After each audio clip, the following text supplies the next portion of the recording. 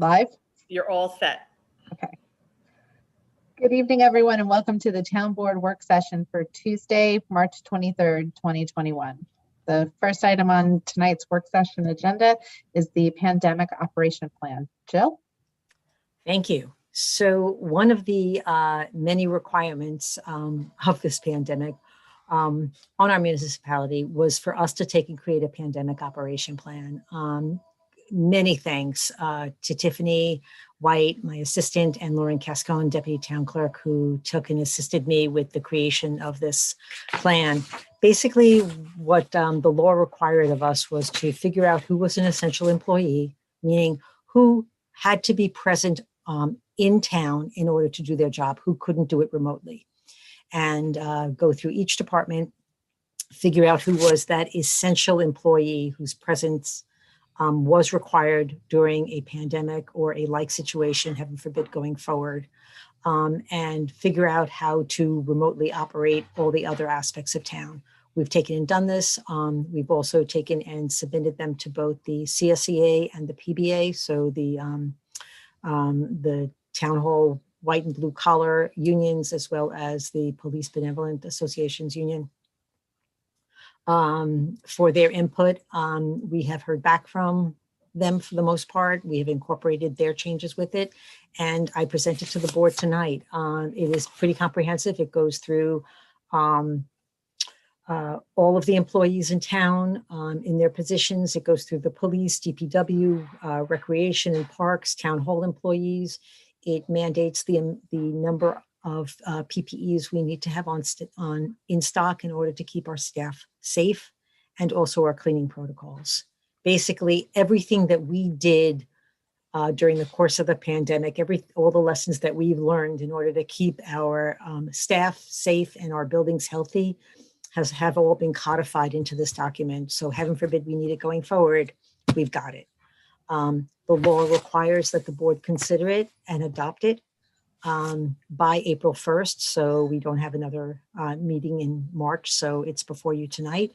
And then after it's adopted by the board, we will be posting it. We are required to provide each employee with a copy of it and to conspicuously post it throughout town hall and DPW in our outer buildings. So you'll notice that the resolution that adopts this comes with instructions as to how it's distributed, the acknowledgement from each employee that we will be distributing, and then also the posting requirements, including our website, so that everybody can see what rules we'll be playing by going forward.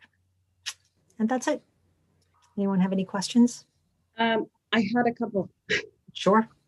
First of all, I thought it was a really beautifully comprehensive document, and I thought captured what I thought were all the appropriate controls for SARS-CoV-2 operations, and I'm sure are a reflection of the work that was in place for all of this time.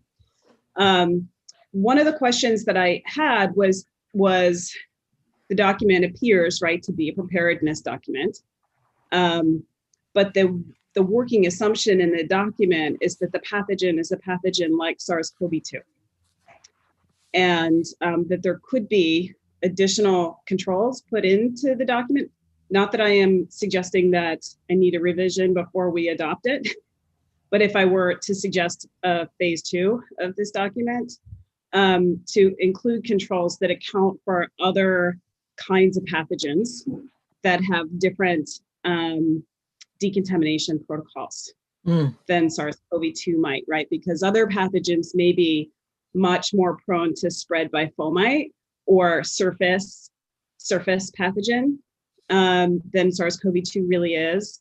Other pathogens may be more robustly sustained in the air as aerosols than SARS-CoV-2 is. And that if this were really meant to be a comprehensive preparedness document, then controls for some of those scenarios should probably be included. I noticed the required stores for PPE, but I didn't see like required stores for decontamination supplies. Because you wouldn't know what those are depending upon what the newest pathogen would be. You could have a toolkit that would be pretty broadly useful, and be prepared for actually a pretty broad array of pathogens. So that doesn't necessarily need to be so specific. Did I lock up? No. Okay. So that's a possibility where you could have actually a reasonable toolkit for lots of possibilities for decontamination supply. That again, beyond my Sure. beyond my capabilities for certain, and depending Yeah. upon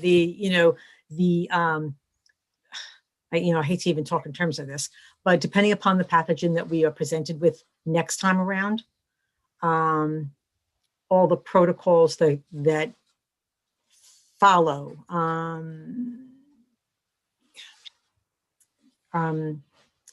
don't know. I am happy to take in and put an addendum to the document. Okay, I could help with this a little bit. That would be helpful. Provide some suggestions for what could be included to at least be more broadly prepared for different possibilities. I'm not going to be a comprehensive expert on all of this either, but I think I could help point you to some resources for a good generic decontamination strategies. Okay. Great. And let's see, I had two other questions. I thought there are other pathogens that could have special considerations with regard to likelihood of contamination in bathroom spaces, and then the pace at which bathroom spaces might need to be decontaminated based on what the pathogen was. Same theme though. And then the other question I had was actually, applies to SARS-CoV-2, and that was, whether in general the town wanted to consider whether it's in our best interest to consider transitioning any like desktop workstations as we life cycle computer equipment in town hall or in other office spaces, Newcastle to laptops from desktop computers. So really kind of optimize portability and not have people need to use personal devices. Right. So it's interesting that you should say that. So our current computer replacement schedule, Rob, are we in year 6 of 6 years? Is this year 1 again? No. 18, we're in year 3, I believe. Year 3. Okay. So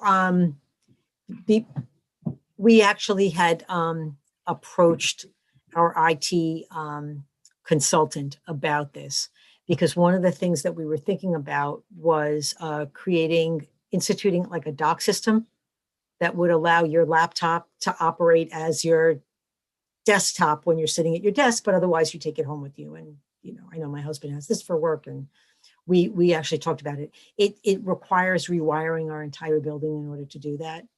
So it's something that we were not in the position to be able to do on a dime. We can certainly get a proposal to do it. It is the more efficient way for us to be working going forward. It's just a matter of cost and funding, finding a funding source. What needs to be rewired though? Yeah, why does it require rewiring? Mine, you just plug it in. No, it has to do with the town hall system itself has to be rewired. Above my pay grade. I only rely upon our IT consultants, but as it was explained to me, Rob, you can correct me at any point, was that it was not a matter of simply getting a port and having a laptop and do it. It required rewiring the building. I don't know if it has to do with how antiquated our current system is in the building. That's what I'm wondering. And then maybe that has to be done anyway. Because it can run off of Wi-Fi. It doesn't even need to be hooked up to like the Ethernet. It's better if it is, but it doesn't even have to be. You're talking about security and firewalls and things like that. And I don't know the answers. It can't be hooked up to the Wi-Fi, not the way it's set up right now. Once you're in the building, you can connect to the Wi-Fi, but you can't connect to the network. when you're in the But, building yeah. remotely. It has to be connected by the Ethernet if you're in I'm curious though, because it should, if any computer that's currently plugged into the Ethernet, you should be able to plug in a port with a laptop, should be the same thing. Right, but not connecting to our network. You can absolutely operate a laptop in town hall. People do it all the time. I'm talking about like my port with my laptop is actually connected to my office Ethernet. And it's the same one that my computer was plugged in when I had a regular desktop before. It's just, I'm plugging something different in there. And it works, like mine works off of my Ethernet because I get it because I'm a law firm and, you know, there's sensitive data, not my Wi-Fi. Maybe I this don't is know. We something should- that the board could get briefed on by the folks who know. Sure. Happy to do that.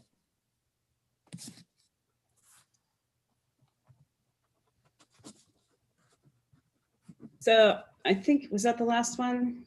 One more bit, and that was that for the police department, there was reference to, you know, single officer at the main desk, single person in an office space, but it actually didn't describe like decontamination of small inside workspaces. Like there was a call out for decontamination of a police car between shifts, but not for a desk space that was going to be occupied by another person shortly thereafter.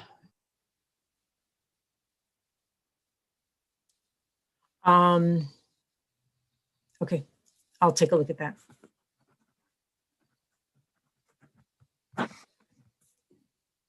That's it.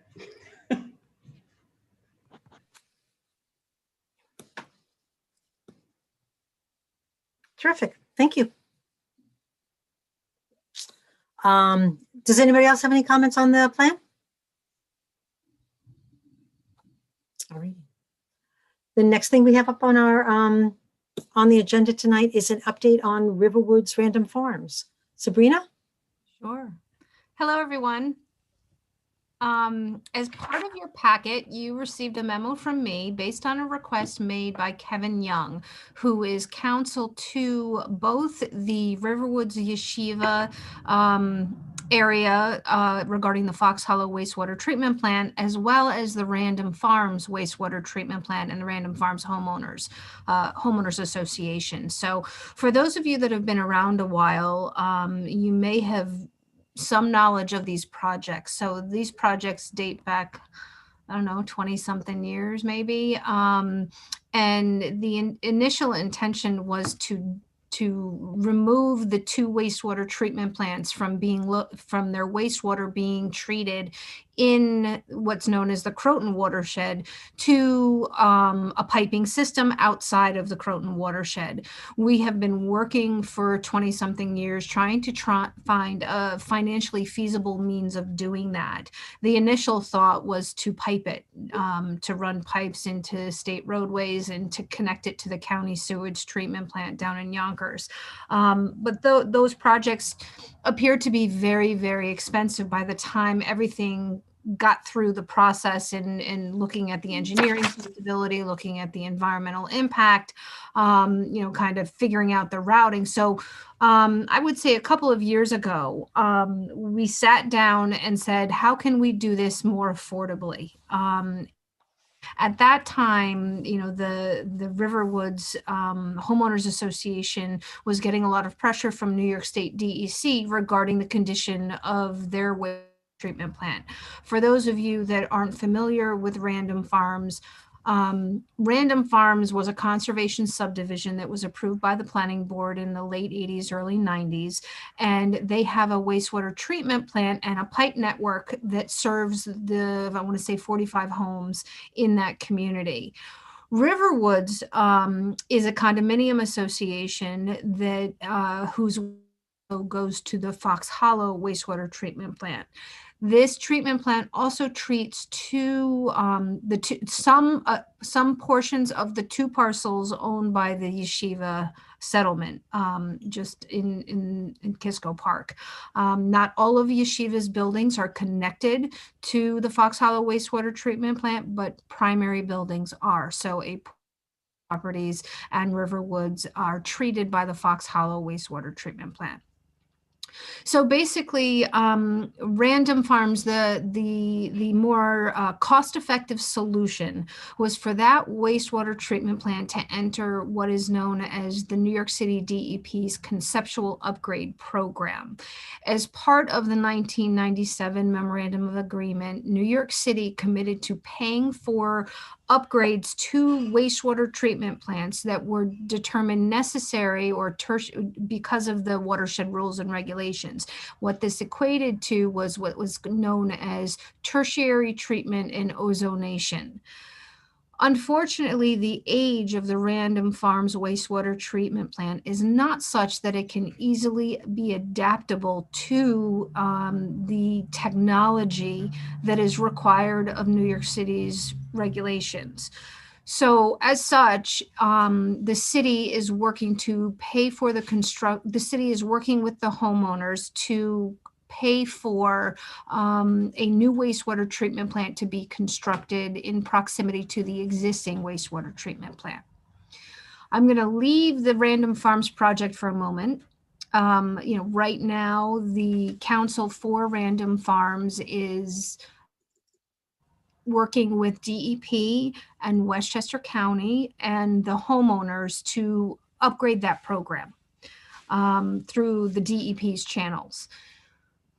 Let's switch over to the Fox Hollow wastewater treatment plant. The Fox Hollow wastewater treatment plant is in proximity to a Mount Kisco manhole to bring that sewage to the Mount Kisco pump station, where the waste would be pumped down to the Yonkers wastewater treatment plant. The homeowners associations involved in the Fox Hollow wastewater treatment plant are working with their attorney and coordinating with the village of Mount Kisco to connect that plant as a pump station to the pipe network that's down the road. So it does involve pumping from the Fox Hollow wastewater treatment plant to Mount Kisco through a pipe that needs to be installed in the roadway. They are in the middle of working on a contract and negotiations Mount Kisco. I believe the county is also involved. Both of these areas are part of the Westchester County Sawmill Sewer District, so they're already in the district. I received an email last week asking for the town's assistance with both of these projects. In both of these projects, they would like the town's assistance with local permitting. It is unclear, based on the information that was received by my office through that email, what local permitting would be required. We do not have enough information as to the details in these plans. When it comes to the Fox Hollow wastewater treatment plant, it may involve wetlands. The pipe network does need to go through wetlands. It may trigger wetlands permits. It may trigger planning board approval. The Random Farms, like Riverwoods, because they're having to construct a new wastewater treatment plant with a surface discharge, it may be placed in an area that impacts local town wetlands, requiring wetlands permitting. We don't know that. I don't know how much disturbance, where it is actually going to be located, that I can help that I can look further into this right now and identify that local permitting that might be necessary. The second thing Kevin asked was for the town's assistance with the sewage collection fee. When Random Farms was created by the planning board, they require them to form a local sewage district. Okay, it has been an inactive sewage district. We have the ability to activate that sewage district. I am not sure as to when we need to do that and what that fee would be. When we were talking about the initial sewage diversion project, we talked about certain fees to be paid to the county. And we're not sure where those fall right now. Again, not enough information. attached with Kevin's request, but he is interested in having our assistance in establishing those fees, looking at assessment data, historical data, etc. One of the things that I want to point out is that when we were initially involved in facilitating these projects, we had always envisioned that there would be flow meters attached to each of these plants, so we understood how much flow was going into the plants. This was more important when it came to the Yeshiva Riverwoods connections into Fox Hollow, because the cost moving forward was based on how much of the plant they were utilizing, how much water was being treated. I don't know if that's still the arrangement. The town has not been part of any of their negotiations. So again, this request comes without the level of detail attached to it that I would need to advise the town board of what is this involve. The third area of assistance. Sabrina, before you move on, can you just rewind for a moment, because you mostly had me until you started talking about the sewage collection fee. So Yes. can you just spend just a moment more on that? Sure. We think that Random Farms wants our assistance setting up sewage collection fees. It's not. It's not sewage collection fees. So the county has a buy-in into the Sawmill Sewer District. I forget the total amount that it was when we were negotiating the contract. The county still wants that buy-in. So they want a payment in order to accept from these areas.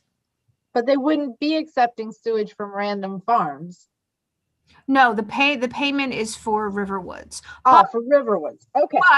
But let me clarify. Without understanding the details of Random Farms requirements, they may be looking to set up a taxing structure to help pay for their new plant, portions of their new plant, or maintenance of their new plant. And they may not be setting up what we would formally dictate a sewer district, but they may want a number for their own to understand how to budget for future preservation of that facility. Okay, thanks. That helps. All right, sorry, I didn't mean to confuse you by that. This topic is always crystal clear and not confusing at all. So. And Sabrina, do we envision that just as a pass-through, kind of like we do for the fire districts, where we would collect this fee, but it wouldn't be part of our tax? I don't know. I mean, I don't know. Again, I don't have enough information as to what they're asking for and how it's connected to what they're doing to be able to answer that. But I think, Rob, you raise a really good point. Is it going to be a pass-through, or is it going to be something that affects our budgeting? But knowing that, and so, I have informed all staff who are part of any one of these asks, if you will, but I have not asked them to do anything because I wanted the town board to be aware of what was going on before we dug in deep and started exploring all of this. The final area that they have asked for the town's assistance with is the environmental review, the seeker analysis. Initially, when we had the initial sewer project, the pipe network, it was considered a type 2 project or type 2 action under SECRA. So there was very little that we had to do. Conversion of the Fox Hollow wastewater treatment plant to a pump station still may remain to be a type 2 action. Again, that determination is very dependent on the detail and the actual work that's going to be undertaken. How much disturbance is going to occur? What does this pump station look like? How much earth moving to put the pipe in? Where's the pipe going? All of that helps inform what type of action we would claim this under. So with Random Farms, it's, they're constructing a new plant. How much disturbance is associated with that? What is the local permitting involved with each of these projects? In review of the SECRA regulations, unless the town has a permitting or an approval role, it's hard for us to become lead agency. Okay, so I write this to you based on the request of their attorney, but I don't feel that I am in a position right now to say, yes, you should be lead agency. Because one, I don't know what your approval authority is. And two, I don't know, and I don't have enough information about these projects to be able to type them to determine how involved that seeker review would be. Are we going to the level of an environmental statement? Is it an unlisted action? Is it a conditional negative declaration? I do not know. I don't have enough information. So this is by way of just kind of bringing this request to your attention. And speaking with Nick, and Nick, you may want to chime in now. We think that it's probably best for us to have a conversation with Kevin to understand his expectations and what he sees as the town's role in each of these projects. That's right. I mean, we thought it best just to bring it to the board because the ask was there. We wanted to at least lay the foundation for future conversations. But in reality, we don't have enough information yet from the applicant. And Sabrina has highlighted what those information gaps are. And she and I will reach out to Mr. Young and sort of get this ready to be a more informed discussion should we bring this back the next time. Do they have an engineer for the project yet? For both projects, they have an engineer. Is it the same engineer for both projects? I believe it is. Okay. So the really great news about this is that we are farther ahead on the processes for both Fox Hollow and Random Farms than we ever have been before. And we are that much closer to having a very constructive resolution on both communities, which has been something that has been weighing very heavily on both of these areas. And despite the fact that town has been involved in trying to negotiate this and trying to move it forward for decades, literally decades, we're finally at a point where it's where some really good things are going to be happening, and it's actually really this is like really great stuff. So Yeah, I don't want that to get lost in everything. And part of this is that for an individual neighborhood, it's a lot. It sounds like. Tremendous. Yes. Like a bit out of their league, perhaps, to manage independently. Yeah. And the question is like, who? The state, the county, the city of New York, or Newcastle? Is that right? Like somebody has to step up and help them, right? All of the above is the answer. Yeah, and to be quite honest with you, I think to our credit, the reason that it's moved as it has recently is that we've stepped up in a big way to help facilitate this, right? And so I think that the issue is just, if Kevin has a series of asks, like, let's go have those conversations, let's go have those meetings and figure out what they are so he can get back in front of the town board and continue to push forward. Yeah. Okay. Yeah. Good. Thank you, Sabrina. Thank you. Fabulous news. Are you going to stick around for the climate smart I communities? am. All right. So You and Jennifer, here you go. Yeah, I'm here with Jennifer Mebs-Flagg tonight, and we're going to talk to you about the climate smart communities. And so I had also submitted to you a memo for your packet on the climate smart community program.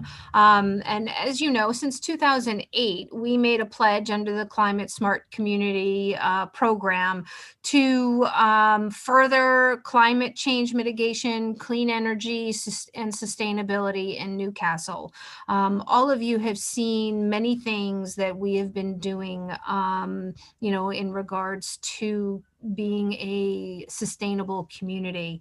In 2008, we also formed the Sustainability Advisory Board. And ever since then, we've really been working to push climate smart initiatives in the town. We have a climate action plan. We've undertaken what's called energy benchmarking. We have an LED streetlight replacement plan that has gone into play, our electric vehicle charging stations. There's many things we have done to further our promises under this Climate Smart Community Pledge.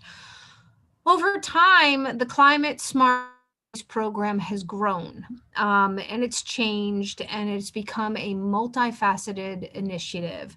They are now providing a certification program to municipalities who have taken the pledge. There's currently bronze certification or silver certification, and the certification is really based on how many things you do. There, for each action that you undertake, you can get a range of points. All of those points add up to bronze or silver. We are definitively a bronze community, and my office, working with Jennifer and members of the Sustainability Advisory Board, have been working to compile all the documentation necessary on programs that are on actions that we've already done to get that bronze status. I am holding out that we can reach silver, and Jennifer's going to laugh because I think we do have. I think we can achieve silver. You know, the New York and the stretch code comes into play here. That's an action. You know, having a green procurement policy is an action. So there's a whole list of actions. I think I provided you with a copy of the checklist of actions so that you can see you know, some of those things, and we're working towards that. There are two actions come back to you in early April, and that's to recertify the 2008 Climate Smart Pledge that the town made back in 2008. In addition, we are required to appoint a climate smart community task force. Jennifer and I have been working on the membership of that task force and what we think would be a good representation for that task force. So we're going to come to you to recertify the pledge, create or establish the task force, and we are also being asked to appoint a climate smart community coordinator. So those three things are going to be before you in early April, and I wanted to give you a background with Jennifer of the program tonight. Jennifer, do you want to add anything? I think just that everyone should look at that checklist, and I think there are probably over 100 actions that can be done. We have done a number of them, and we may decide to do a few more before our submission date. Right, and we can continually submit these actions as well. You know, Right. One thing that keeps coming to mind, and we talk about, you know, in our pandemic preparedness plan, and you know, we talk about bathrooms, right? I think a couple of weeks ago we talked about the CDBG program and redoing bathrooms at town hall. What sticks in my mind is, you know, we get credit for water fixtures. It's not the water fountain that we establish, but actual water fixtures in bathrooms. So when we look at these projects, trying to hit on all of these things from this multifaceted approach would be fantastic. So those are the things that are in the back of my mind as my office is going through and looking at the checklist, working with Jennifer, you know, thinking about all of these other things that we're doing and how we can maximize the work that we do and potentially obtain funding to get it done. So it's pretty exciting. So does anyone else have any questions regarding the climate smart communities? Sabrina, I have a question. You mentioned the CDBG money. We did talk about that last week, and that possibly that could be used for bathroom fixtures. I'm looking at the checklist and I'm seeing upgrade HVAC equipment. Could CDBG money be used for that? It potentially can. I mean, do you remember, Jill, what Suzette said? You're on mute. It has to do with identifying vulnerable populations Yeah, I don't that will think be that the using the town, facilities. The town in at large does not qualify, but because handicapped individuals. So if we were upgrading our bathrooms to handicapped accessible bathrooms, which we don't have, so we definitely should stop on our list on the second floor. That would definitely be, that is already a acknowledged class of individuals that would qualify for this funding. The yeah, town and at large, unfortunately, does not. HVAC, I don't think we have the populations in need either working or surrounding town hall to claim CDBG money for an HVAC system. if we needed new infrastructure at the senior center, or we were going to create a different senior center, then I think HVAC and utility infrastructure would qualify. But because we're a town hall and our main function in the town hall isn't the needed populations that we're required to document, I don't know if that, I don't think that that's a high point getter. What about some of those ideas through the lens of like warming, cooling stations during power outages, where the folks who might take advantage of town hall as a warming or cooling station might be more vulnerable people in And those. chat pack as well. We always talked about using that, and that's a town-owned building. Do we have documentation of instances in the past? Yes, Who has used? during Isaias, town hall was our only cooling station, and we certainly have documentation. I was writing about it 3 times a day in the newsletter. No. Documentation of the people served by the cooling station. Yeah, because it was the pandemic, so we checked everybody into it and recorded everybody's information. Because what we would have to do is we'd have to do an income survey or an age survey of everybody who used the cooling center.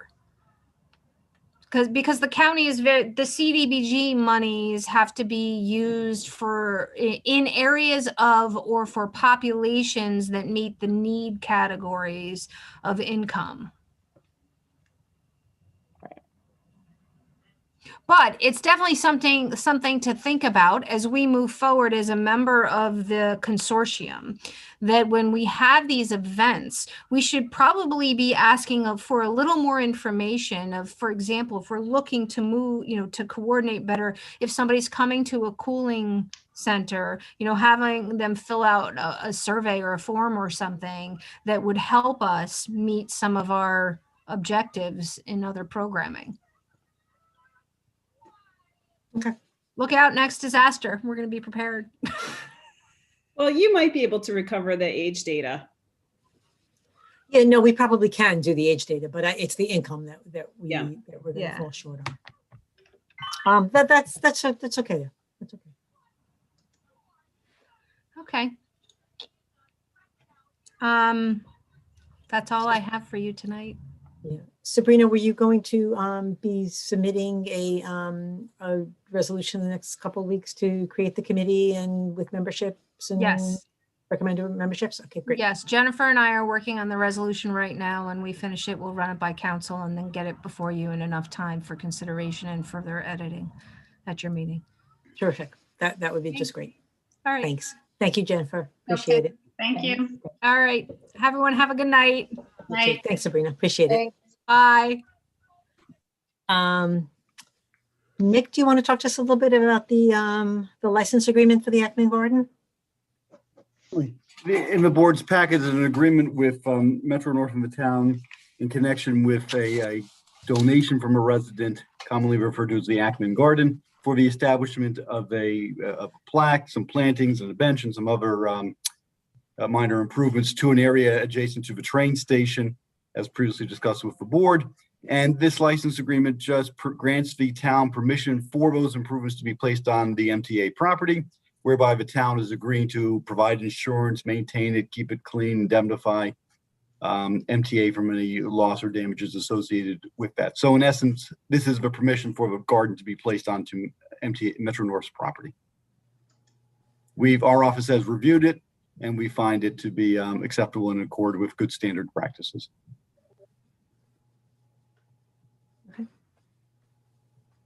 Thanks, Nick. Okay. I have another late addition for the board. I apologize. I'm sorry. Does anybody have any questions for Nick before I go on to this last thing?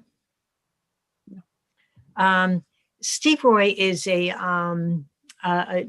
gentleman. I don't know what his profession would be. He's a restorer, and he comes in every 2 years, and he I guess restores the Horace Greeley statue. He keeps them looking good, looking young.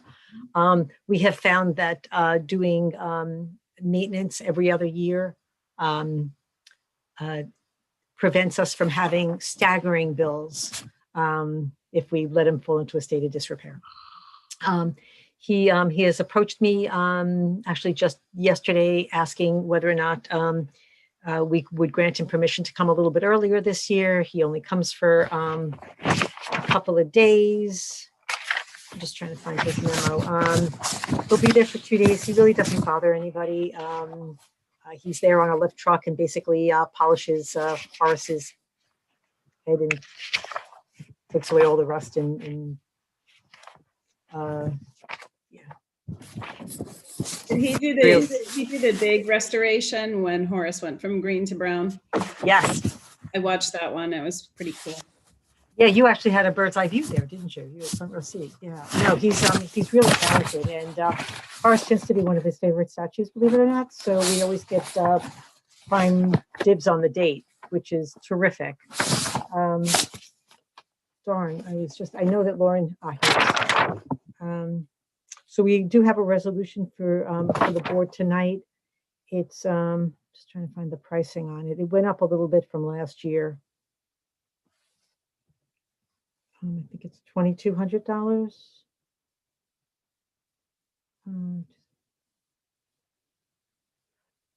Yeah, I'm sorry. It went from $1,220 to $1,300. I'm sorry. Yeah, $1,365. It went from $1,220 to $1,365.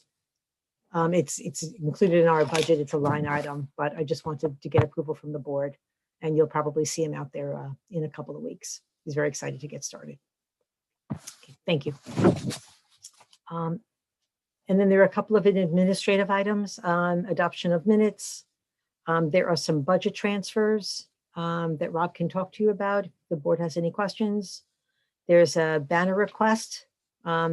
Spring is here, and the Chappaqua PTA would like to put up a banner to celebrate the graduates. There's an authorization to approve an IMA, an intermunicipal agreement for the track system, which is how the police take and write their tickets. Declaration of surplus equipment vehicles that we mentioned last time, and the authorization to obtain bids for the Millwood water treatment plant chemicals. And actually,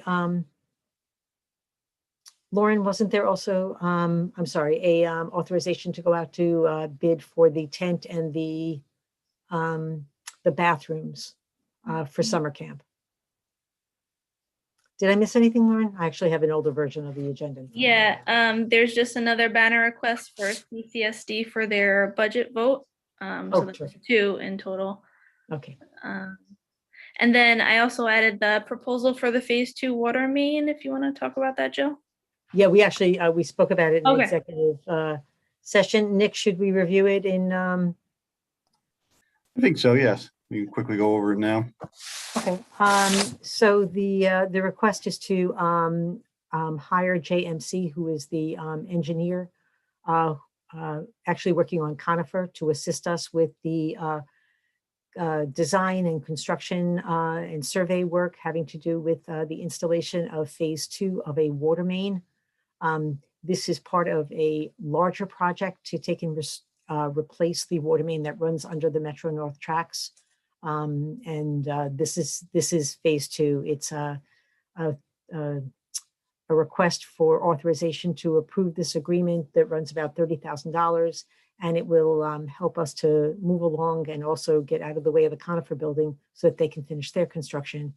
And hopefully we can get our work done before residents move in and not inconvenience them too much more. The other thing I guess I should mention to the board is the fact that JMC has been working on sections of this project beforehand. So where normally our procurement policy would require us to go out to bid and get multiple bids for this project, it's a service contract as opposed to goods. And because JMC is in fact intimately familiar with this project and has worked on it with us before, the learning curve and their knowledge of the project and the price that they've given us is actually tremendously competitive. And on the basis of those elements, council believes that it is appropriate for us to exercise one of the exemptions to our procurement policy. So we can proceed with JMC without having to go out to bid. Nick, anything else I should add for that? Nope, I think you summarized it well. It's all in accord with the past practices in the town's procurement policy as we've interpreted.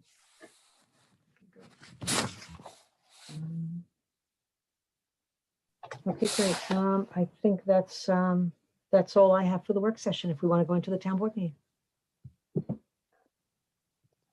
So can we get a motion to close the work session and to open the town board meeting?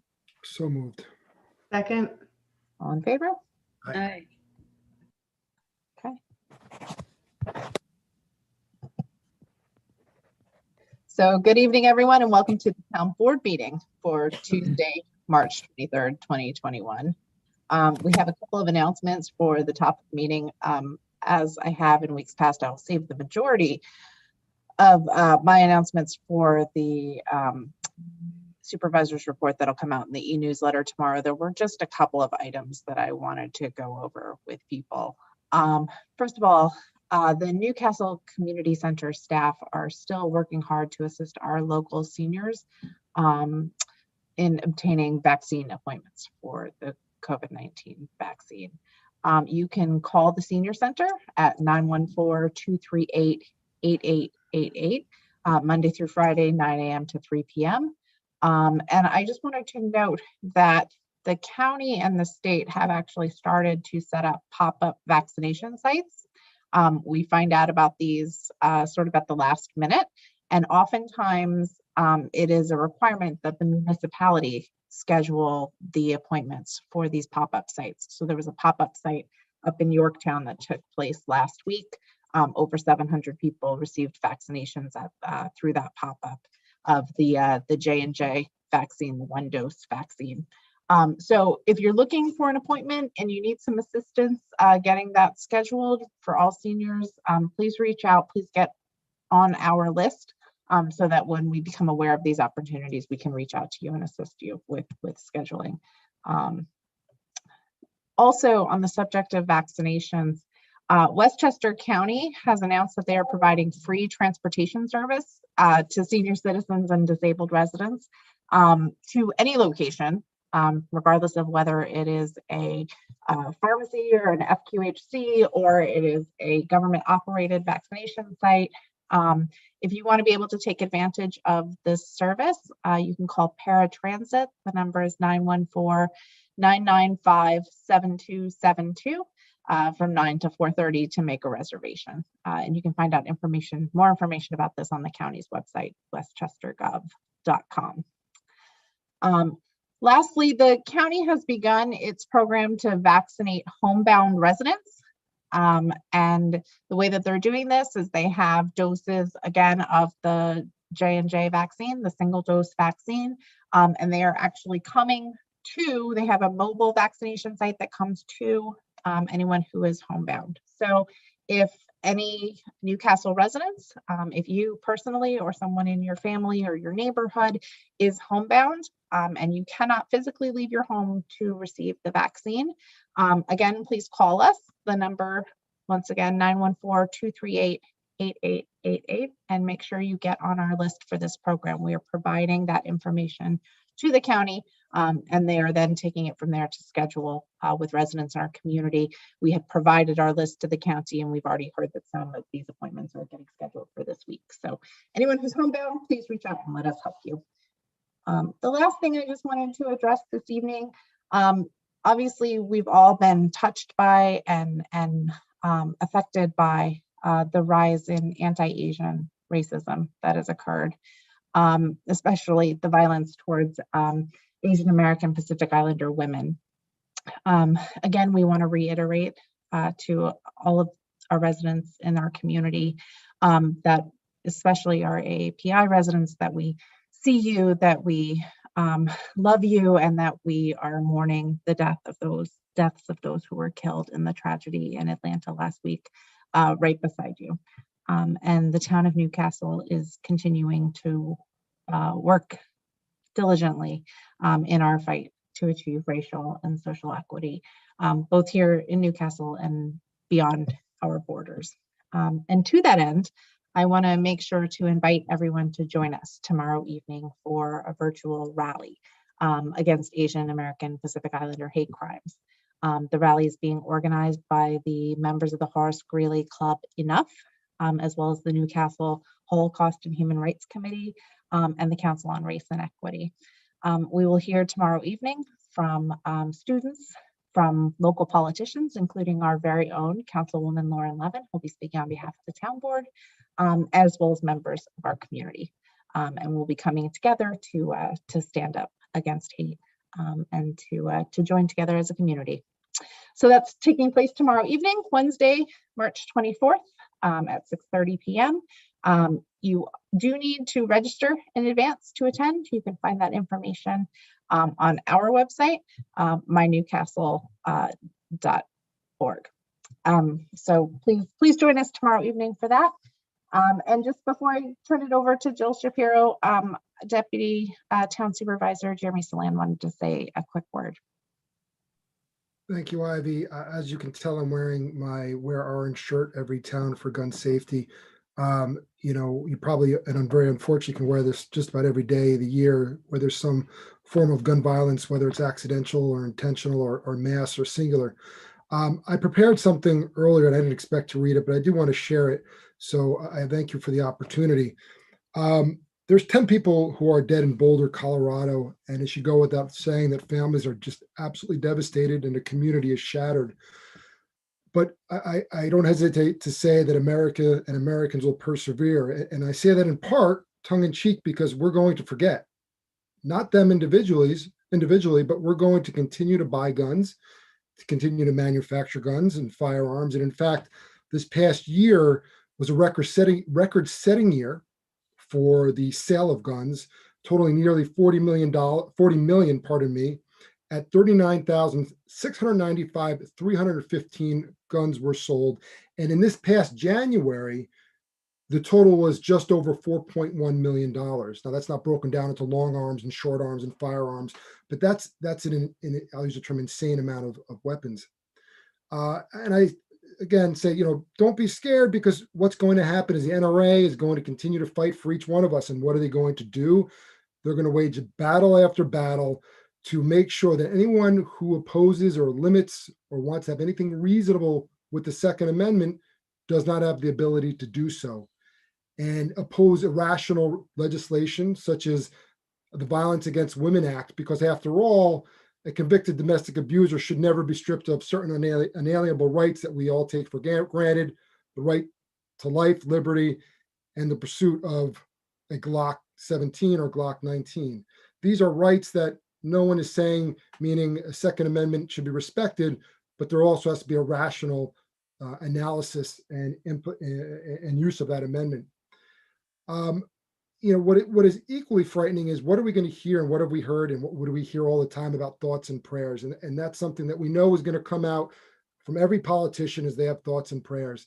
But we also say that we know vigils and thoughts and prayers doesn't change this, because we're here again. We were there with Sandy Hook, before that Columbine, the recent shooting and hate crimes towards Asians at spas. This is something that's prolific in this country, and arguably almost as American as apple pie, as crazy and terrible as that sounds. So how is this ever going to change? When is this ever going to change? If you have leaders and lobbyists who will oppose instituting, for example, certain people who have mental health issues from being on background checks or background organizations, so that we know who can or can't have access to firearms and licensure for weapons.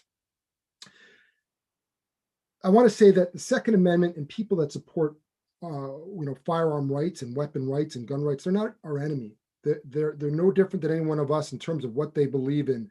But there also has to be a rational way to determine how you implement the Second Amendment. We have to understand that there needs to be limits, and that it's not just something that allows us to do whatever we want, whenever we want. And that's certainly not what the Founding Fathers ever anticipated. I want to sort of close by saying that I went to school in Boulder, Colorado. I actually happened to have been former colleagues with Mike Doherty, who's a district attorney. I served with him in the Manhattan DA's office. And I won't use the term fortunate, but those who are family of victims are fortunate in that they have a prosecutor who no doubt is going to do what he can to pursue justice as best he can and humanize what happened to these families and these individuals.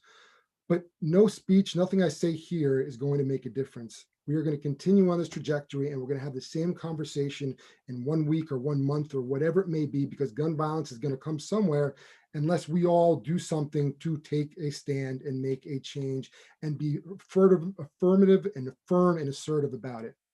So, I hope I don't have to wear this anytime soon. I hope I don't have to say anything anytime soon.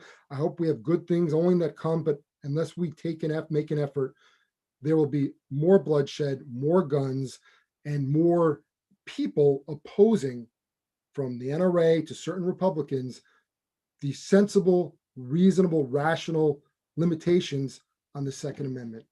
So thank you for letting me speak very briefly. And my heart goes out to all those folks who have lost loved ones in that community. Thanks, Jeremy. I'll just pause here and see if any of the other town board members want to say anything before I move into the Jill's administrator's report. Okay. Jill? So very briefly, just an update on what we've been doing.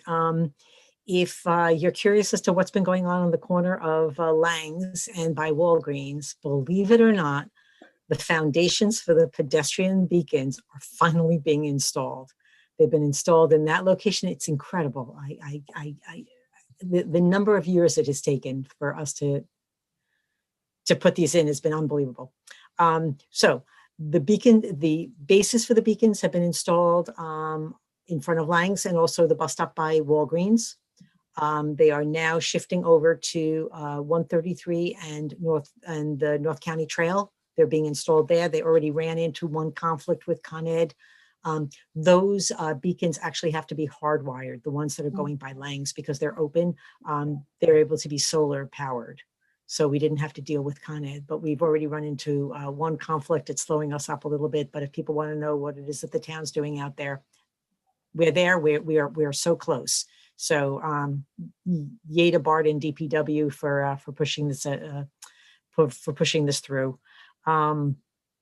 Just wanted to give a real brief update on recreation. The spring registration is ongoing. Classes begin on April 5th. Our camp registration is doing really well. We have waiting lists for both Tots Camp. It's going to be held at Play Care again this year. That's at the First Congregational Church, and Camp Adventure, which is going to be held at Amsterdam again. So there's waiting lists for both of those camps. And the egg hunt is this Saturday. We're keeping an eye on the weather to let people know whether or not we have to use the rain date. We're hoping it's gonna hold and the weather will be fine. Our basketball court is open. Our permanent signs that say masks are required have not come in yet. They will be in by the end of the week. We knew it was going to be a beautiful week, and we didn't want to, keep people off it for another week. But we are hopeful that people will follow the rules. It's for everybody's safety. So I saw a bunch of high schoolers out there today. It must have been like 15 of them. They looked like they were having a great time. Just don't forget your masks. Last but not least, nothing personal, Christina, but our tax update. Our tax bills are going to be mailed by the end of the month. This is for the 2021 town and county taxes, and they will be due and payable without penalty by Friday, April 30th. So that's all I've got for us. Okay, thanks very much. Thanks, Jill. So we've come to the portion of our agenda, which is for public comment, new business. And if anyone is in attendance on the Zoom and would like to make a public comment, please feel free to raise your digital hand. And I see that we have one. Yes. Holly McCall, you may unmute yourself. Hello. Hi, Holly. Can you hear me? Okay. So, as they say, long-time listener, first-time caller, but I just wanted to express my appreciation to the Sustainability Committee and Sabrina with the work towards the climate smart communities. And I expect and hope that you all will reaffirm the pledge, and hopefully you'll shoot for the silver. So that was just my quick comment and appreciation. Thank you all. Thank you very much. I'm personally a little disappointed that we didn't have the gold to go for. You know me, like I heard it, I was like, oh, why no gold? Next time. Sorry. Anyone else who's an attendee who would like to make a public comment, please feel free to raise your hand.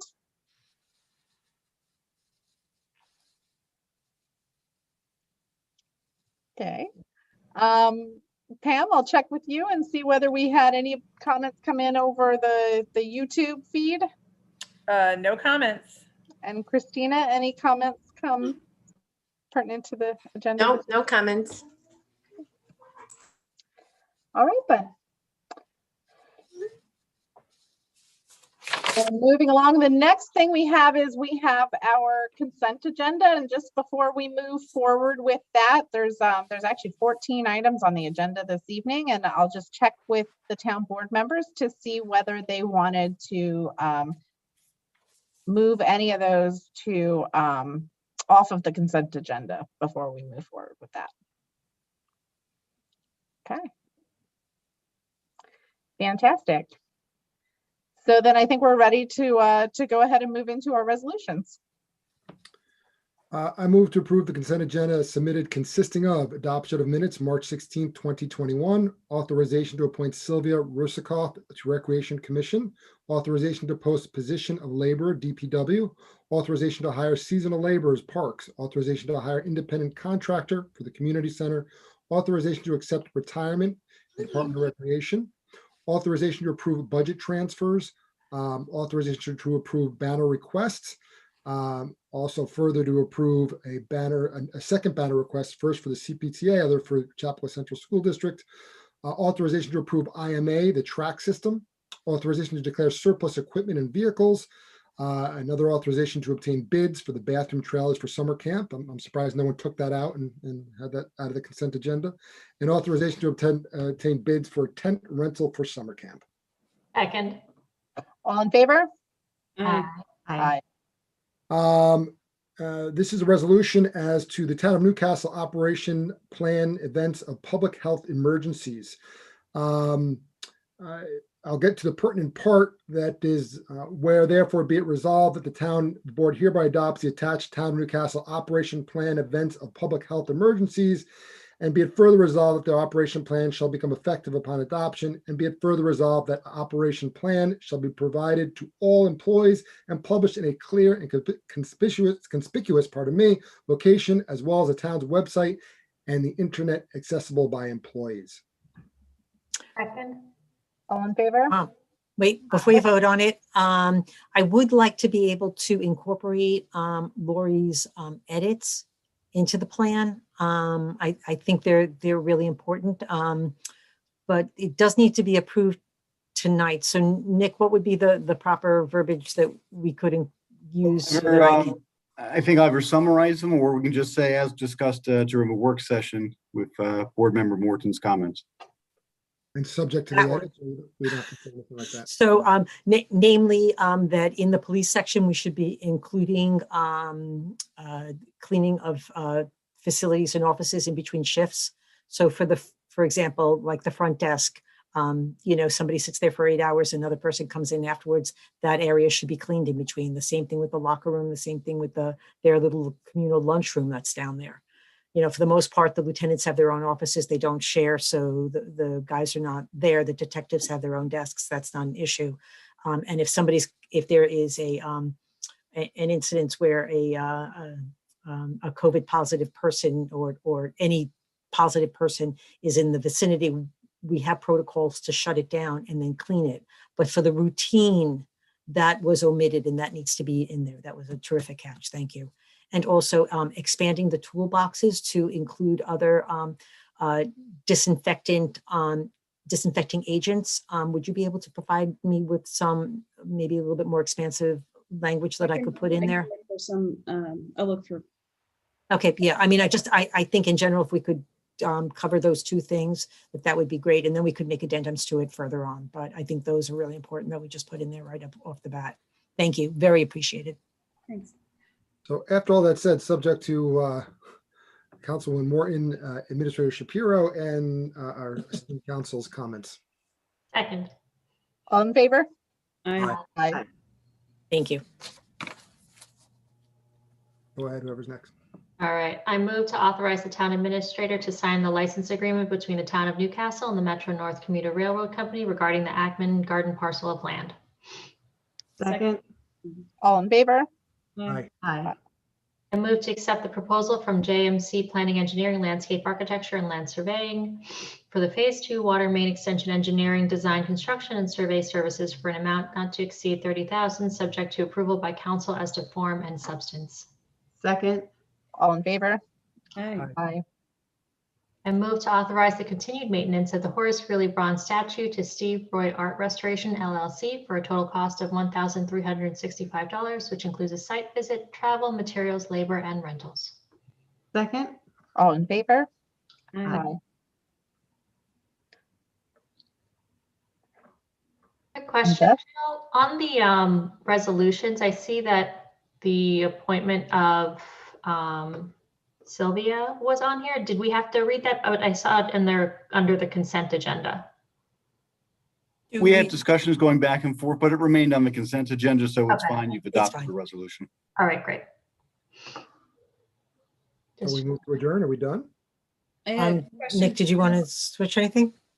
I had a quick question about just about the maintenance for the Horace Greeley statue and whether notification of that work should be coordinated with any of the personnel that would be doing any spring gardening or anything at that spot.